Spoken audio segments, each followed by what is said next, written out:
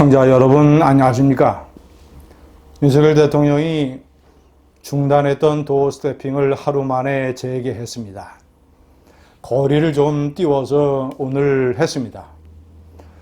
대통령실은 코로나 재확산 때문이라고 설명을 했는데 언론과 야당에서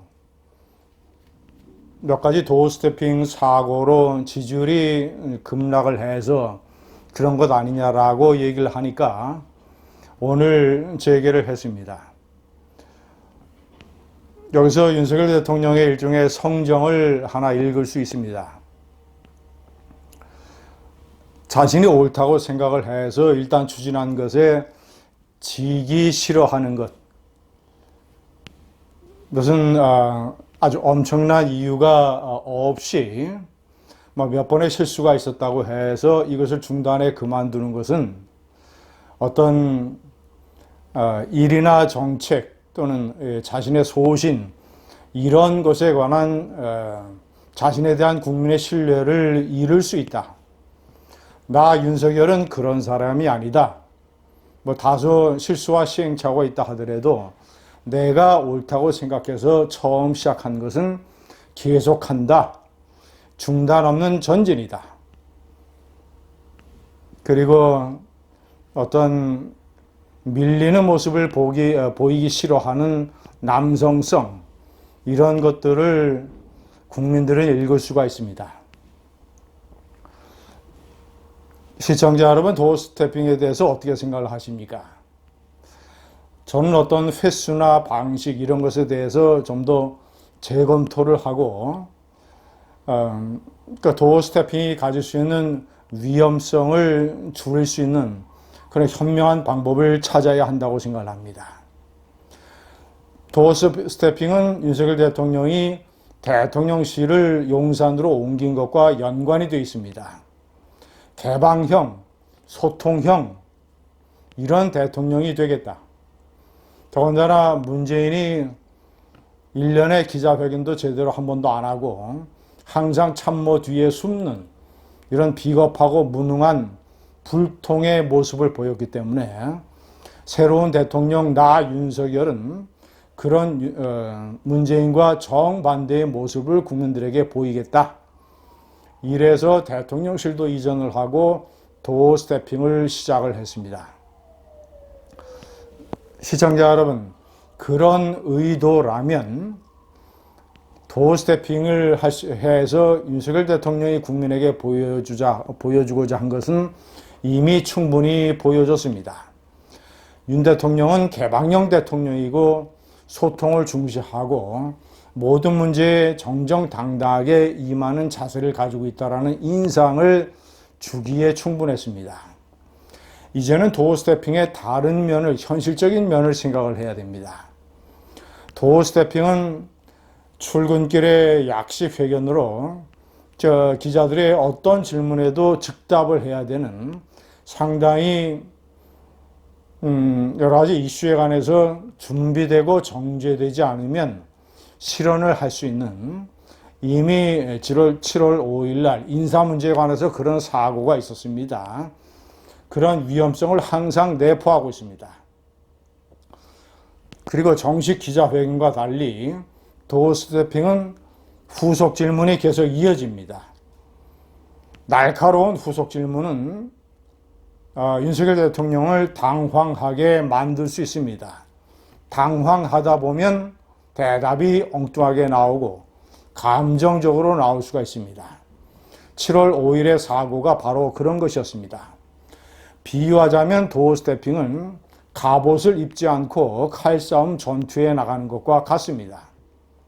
자, 이제 정책이나 이슈에 관해서, 현안에 관해서 국민들에게 내 생각을 자주 솔직하게 전달을 하겠다라는 의도를 가지고 있다면 도어 스태핑을 빈도를 줄여도 충분하고, 그리고 그 대신에 주례나 또는 원례나 이런 기자 간담회, 기자회견으로도 충분합니다.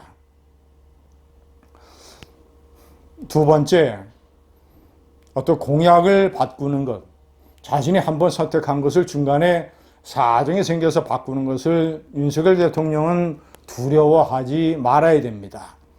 두려워할 필요가 없습니다. 이명박 대통령은 4대강 문화 공약을 국민이 반대하니까 폐기했습니다. 대신 한반도 대운하를 폐기하고 4대강 개발로 바꿨습니다. 영남권 신공항 공약을 박근혜 대통령은 파기했습니다. 박근혜 대통령이 그 공약을 파기했을 때 여론은 박수를 쳤습니다. 많은 언론이 동조를 했습니다.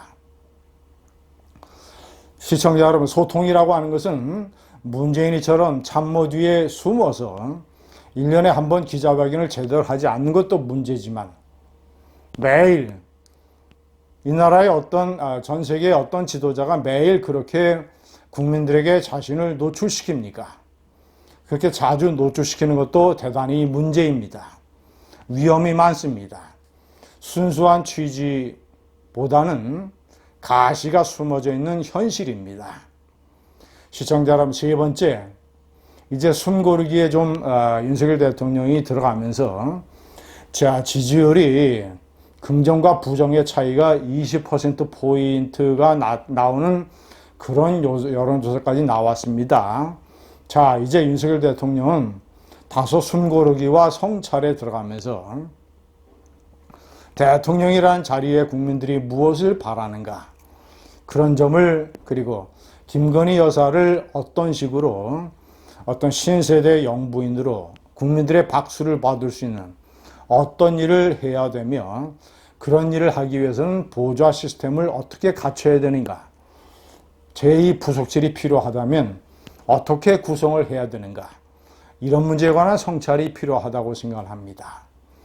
검찰총장은 비유하자면 오케스트라의 바이올린 분야의 수석 연주자였습니다.